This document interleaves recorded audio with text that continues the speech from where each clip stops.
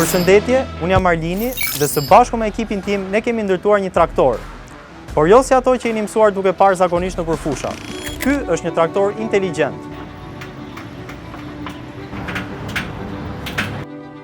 Vetëm 20 vjeç, por me ide shumë të mëdha. Kur gjithnjë më shumë të rinj po zgjedhin të qëndrojnë larg bujqësisë, Frajdi, Danieli, Learti dhe Marlin kanë zgjedhur të bëjnë të kundërtën. Do thoni ju çfarë? Duke gjetur një mënyrë për t'i mbështetur ata që aktualisht punojnë në bujqësi dhe bindur të tjerë se të merresh me punimin e tokës dhe rritjen e bimëve. Nuk është aq e mundimshme nëse përdor mjetet e duhura. Këta të rinj synojnë të revolucionarizojnë bujqësinë shqiptare, duke ofruar një zgjidhje për të lehtësuar më tej punën e fermerëve, ulur kostot dhe rritur më shumë prodhimin. MTB ose makina tërheqëse bujqësore do të jetë një traktor inteligjent i cili do të përdoret nga fermerët për të lehtësuar punën e tyre në bujqësi, në mënyrë që fermerët të automatizojnë më shumë punën e tyre të bujqësisë, por në të njëjtën kohë dhe të kursejnë, ai do t'i vinë në ndihmë fermerit modern, duke pasur shumë veçori të reja siç janë komandimi në distancë nëpërmjet një telekomande, por gjithashtu po punojnë që të shënë dhe pjesë autonomie nëpërmjet inteligjencës artificiale, në mënyrë që ai të lëvizë dhe vetë, pra pa praninë e një personi që ta komandojë. Ekzistojnë disa traktorë në botë të cilët kombinojnë funksionin e komandimit në distancë me telekomandë dhe autonominë. Ka traktor ku ndërthuret autonomia me të qenurit hibrid, por nuk ekziston asnjë rast i konfirmuar i një traktori i cili është hibrid, që mund të komandohet nga larg me telekomandë ose të punojë pa praninë e një drejtuesi, pra të jetë autonom. Kjo bën MTB-n të vetmin traktor në botë që i ndërthur të treku të funksione në një. Meqense ky mjet do të jetë hibrid, pra do të jetë dhe elektrik dhe me djegje, pra me naftë, duke ruajtur të mirat e naftës dhe duke futur pjesën moderne të teknologjisë, ne do të mundsojmë që fermeri, përveç pjesës klasike të punimit tokës e çdo gjë tjetër që është i aftë bëjmë me një traktor, gjithashtu të jetë e mundur që të mbledhë edhe dëna, të shtojë edhe pjesën e analizës, pra gjithë të shërbime shtesë që ai detyrohet që të punësoj ose të paguaj kompani të jashtme, t'i ketë të integruar në një, ai do të jetë i aftë që të marrë një mostër të tokës dhe këtë mostër ta analizojë duke nxjerrë dëna shumë të nevojshme për fermerin, si për shembull nga se përbëhet ajo, pjesa e kimikateve dhe shumë gjëra tjera. Traktorët klasik kryejnë zakonisht vetëm procese që lidhen me punimin, frezimin, kultivimin, plehërimin apo spërkatjen e tokës. Krahas këtyre, traktori inteligjent do të bëjë të mundur ekzaminimin e tokës për të përcaktuar përmbajtjen e lëndëve ushqyese dhe përshtatshmërinë e saj për praktika të caktuara bujqësore dhe hortikulturore. Mostrat e tokës shpesh përdoren për të dhënë një vlerësim të disponueshmërisë së lëndëve ushqyese, për rritjen e të korrave, pH-in, strukturën apo praninë e patogjenëve. Analiza kimike e tokës mund të vlerësoj statusin e pjellurisë së saj për të ndihmuar në përcaktimin sasior të kërkesave për plera. Aktualisht, shumica e traktorëve janë plotësisht të varur nga lëndët djegëse për të funksionuar, por në një kohë kur bota po shkon gjithnjë më tepër drejt reduktimit të përdorimit të këtyre lëndëve dhe gjetjen e zgjidhjeve të tjera më pak të kushtueshme dhe më shumë miqësore me mjedisin, Uno Robotics ka vendosur të bëjë të njëjtën gjë. Nga ndryshon prej një traktori tradicional? Nga traktorët me sistem pompe dhe tuba karburanti. Modeli MTB është i pajisur me një sistem hibrid që kombinon motorin me naftë me energji të rinovueshme. Përveç uljes së kosteve për fermerin, kjo zgjidhje shoqërohet automatikisht me ulje të kosteve edhe për përfitues të tjerë fundor, pra në rastet kur fermeri ofron shërbimet e traktorit edhe për të tjerë. Pjesa më e rëndësishme e këtij projekti është pjesa që është hibride, që do të thotë që është më shumë kursim për fermerin, sepse harxhon më pak lëndë të djegshme, pra karburant. Jo vetëm që elektriciteti kushton shumë më pak se sa karburanti, pra nafta ose benzina, por ai gjithashtu mund të arrijmë dhe një zgjidhje po e quaj të ripërtëritshme, duke përdorur ndoshta edhe panele diellore për ta karikuar ose për ta fuqizuar MTB-n. Traktori inteligjent mbetet aktualisht vetëm një prototip, pasi kërkon investime disa herë më të mëdha për ta përfunduar plotësisht. Katër të rinj duhet i shtojnë edhe pjesë të tjera më të mëdha e më të fuqishme, që traktori të realizojë të gjitha proceset bujqësore. Këtu kemi pjesën e prototipit të MTB-s që kemi arritur deri tani. Në këtë prototip ne kemi arritur të integrojmë bateri, të cilat janë të ndërtuara nga ne. Kemi arritur të integrojmë motore me djegje, që do shërbej për pjesën e punimit të tokës ose proceseve të ndryshme bujqësore. Kemi arritur të integrojmë pjesën e lëvizjes me anë të motorave elektrik dhe pjesën e çiftimit të gomave me motorat elektrik, pra pjesa e drejtimit të mjetit. Gjithashtu kemi bërë dhe pjesën e elektronikës në mënyrë që traktori të komandohet në distancë nëpërmjet kësaj telekomande këtu. Kjo është një pamje e përafërt me produktin që do jetë finali, sepse do shtohen shumë gjëra, do shtohet pjesa e një baterie industriale më të madhe dhe jo këto që kemi bërë ne vetë. Do shtohet pjesa e disa sensorëve të ndryshëm për pjesën e cilësisë tokës etj. Do shtohen motor elektrik më të mëdhenj, më të fuqishëm, dhe të cilët janë ndërtuar për terrene të vështira, siç është bujqësia. Do shtohet pjesa e kapjes me 3 pika, që kapja me 3 pika është një element mekanik që shërben që të lidhen frezat edhe tjerë që pra që të jetë i përputhshëm me sistemet aktuale që kanë fermerët. Gjëra të tjera që ne kemi në plan për të bërë të pjesat prototipit, pasi kemi instaluar motorin me djegje, i cili mund të ndizet dhe është i komandueshëm elektronikisht nëpërmjet lidhjeve që do bëjmë, dhe edhe pjesa e kapjes me 3 pika që e përmendi dhe Marlini, ai do jetë një sistem hidraulik që do jetë standard edhe me traktorët që janë aktualisht sot në punë nëpër fusha.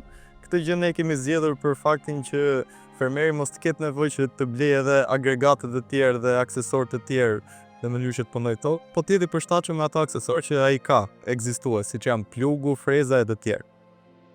Pjesa e sistemit me kapjes me 3 pika do jetë hidraulik, janë pjesë të cilat neve i presim na vinde do të instalojmë, por gjithashtu pjesët e hidraulikit do jenë fuqizuar po prapë nga bateritë që ne do vendosim, bateria industriale, që është më shumë elektronik edhe elektrik se sa që është me djegje. Pjesa e motorit me djegje do të shërbejë vetëm për fuqizimin e agregatit, siç është rasti i frezës, e cila ka nevojë për një fuqi shumë të madhe që të punojë tokën. Pjesa më e rëndësishme, pra përveç këtyre që folëm, pjesës mekanikës dhe lëvizjes elektrike, do të jetë pikërisht pjesa e inteligjencës, pra jemi prapë te elektronika, që do t'i shtojmë produktit ton, dhe po flasim pikërisht për kamera dhe pjesën e kompjuterit ose trurit të produktit, i cili do të shërbej përveç se pjesës së drejtimit që mund të jetë dhe i telekomanduar për edhe autonom, por mund t'i shtojmë dhe pjesë për shembull të dallimit të smundjeve, të bimëve, ose të dallimit për shembull të kafshëve ose të rreziqeve që të ndalojë këtë pjesën e urgjencës. Një projekt tjetër i tyre është edhe asistenti mjekësor 2.0. Përmes një sistemi të automatizuar, sirtar është të përfshirë në robot. Një aplikacioni në telefon prej nga ku mund të kontrollohet roboti dhe ndërfaqje grafike me prekje të integruar. Mund të shpërndahen ilaçe për pacient, matet temperatura e trupit, oksigjeni në gjak dhe numri e rrahjeve të zemrës në minutë. Ne kemi ndërtuar shumë projekte të tjera, por nga më të rëndësishmet është ai asistentit mjekësor 2.0, i cili është një prototip i një roboti mjekësor të lëvizshëm, që momentalisht është i komandueshëm nëpërmjet telefonit.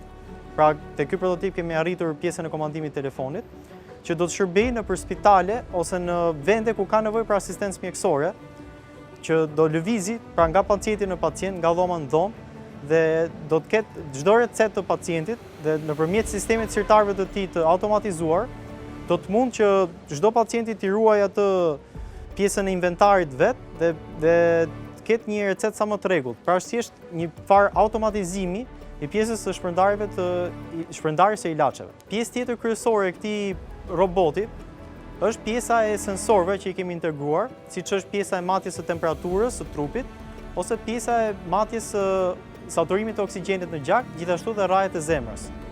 Por lehtësisht ne mund t'i shtojmë edhe shumë matje të tjera jetësore, të cilat do ta bënin akoma dhe më dobishëm për përdorim spitalor ose në vende të tjera ku ka nevojë për asistencë mjekësore.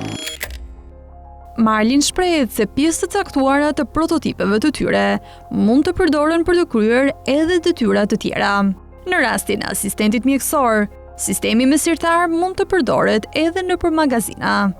Këta nuk është se duhet përdoren si njësi ku janë ose po e quaj në pamjen që janë, por ato mund të integrohen në vende shumë të ndryshme, ku vetëm pjesë të vogla të sistemit, ndoshta jo i gjithi, mund bëhet pjesë e një sistemi më të madh, siç është pjesa asistenti mjekësor 2.0, ku ka një sistem zyrtarësh i cili mund përdoret jo vetëm në mjekësi, por edhe në fusha shumë të ndryshme, duke filluar që nga postat ose që nga inventarët ose pjesa e magazinave ose pjesa e dyqaneve, për shembull farmaceutik. Pra, domethënë që janë element që mund përdoren në shumë vende të ndryshme. Përdorimi i asistentit mjekësor 2.0 sjell uljen e gabimeve në shpërndarjen e ilaçeve, pra uljen e gabimeve njerëzore, sepse është një proces që do automatizohet, por gjithashtu e bën këtë proces më të shpejt dhe më të rregullt, që është një gjë shumë e rëndësishme dhe shumë jetike kur flasim për pjesën e ilaçeve ose pjesën e matjeve në kohë në të parametrave jetësor të njeriu. Për të realizuar këto dy prototipe, është nevojitur shumë investim, si në para, ashtu dhe në energji e kohë, herë me vetë financim dhe herë të ndihmuar nga shkolla apo agjenci shtetërore. Ata kanë bërë të mundur ndërtimin e këtyre modeleve dhe nuk do të ndalen deri në realizimin e produktit përfundimtar. Për sa i përket projektit të asistentit mjekësor 2.0, ku ne nisëm si student të vitit 4, ty u ndihmuam pak nga shkolla për një pjesë të mirë të materialeve të projektit, ku na financoi shkolla, por gjithashtu dhe u detyruam që ta vetë financonin si projekt për ta përmbyllur ashtu siç dëshironim ne. Kemi marrë materiale më së shumti nga tregu vendas për shkak të kohës kufizuar, por gjithashtu kemi bërë dhe porosira nga jashtë të pakta sepse është thjesht një prototip në fund të ditës. Dhe ne na ka ngrënë si kohë projektimi, po e quajmë, ku ne bënim skicat, bënim pjesën e qarqeve, bënim pjesën e diskutimeve, diku te 3 deri në 4 muaj, dhe për ta vendosur në jetë, pra për ta nisur projektin fizikisht dhe për të nisur pjesën e montimit dhe instalimit, na ka ngrënë diku te 1 muaj e gjysmë.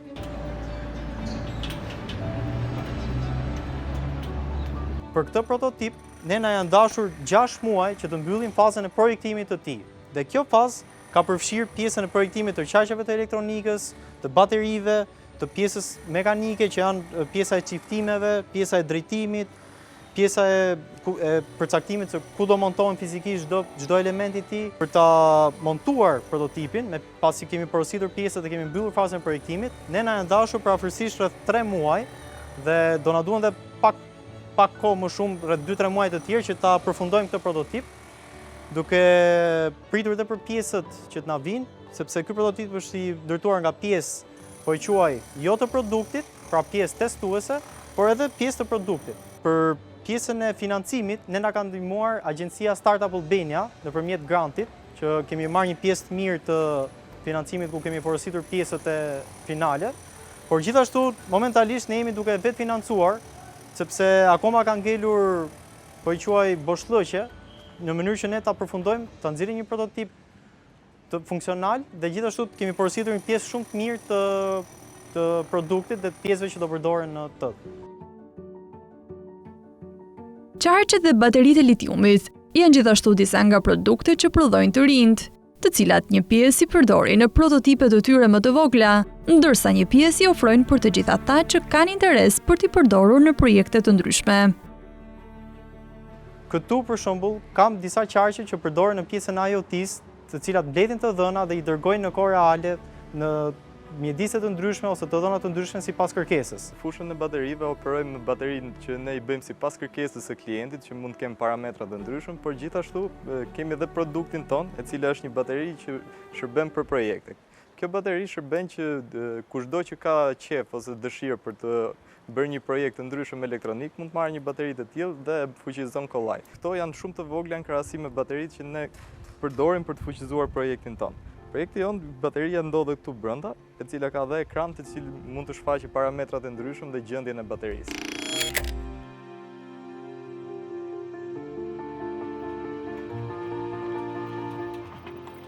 Pasioni i tyre për teknologjinë ka nisur që në vogëli. Ky pasion i bashkoi në shkollë të mesme ku nisën të përfshireshin në ndërtimin e modeleve të tilla robotike, ndërsa vendosën ta kultivonin këtë pasion më tej në universitet. Djemtë e Uno Robotics janë vlerësuar me çmime në konkurse kombëtare dhe ndërkombëtare për projektet e tyre. Që i vogël, kam qenë i apasionuar pas shkencave eksakte dhe teknikës, dhe për këtë arsye vazhdova shkollën e mesme profesionale dhe tani studioj për inxhinieri. Për të ardhmen, kam dëshirë që këto projekte që kemi nisur t'i vazhdojmë dhe pse jo t'i përparojmë akoma më shumë. Pasioni im për teknologjinë dhe për robotikën lindi dhe u zhvillua në gjimnaz, ku aty u takova dhe me çuna që sot jemi kolegë dhe në punë të vazhdueshme duke punuar çdo ditë, duke provuar gjëra të reja, ai pasion sa vjen e rritet më shumë.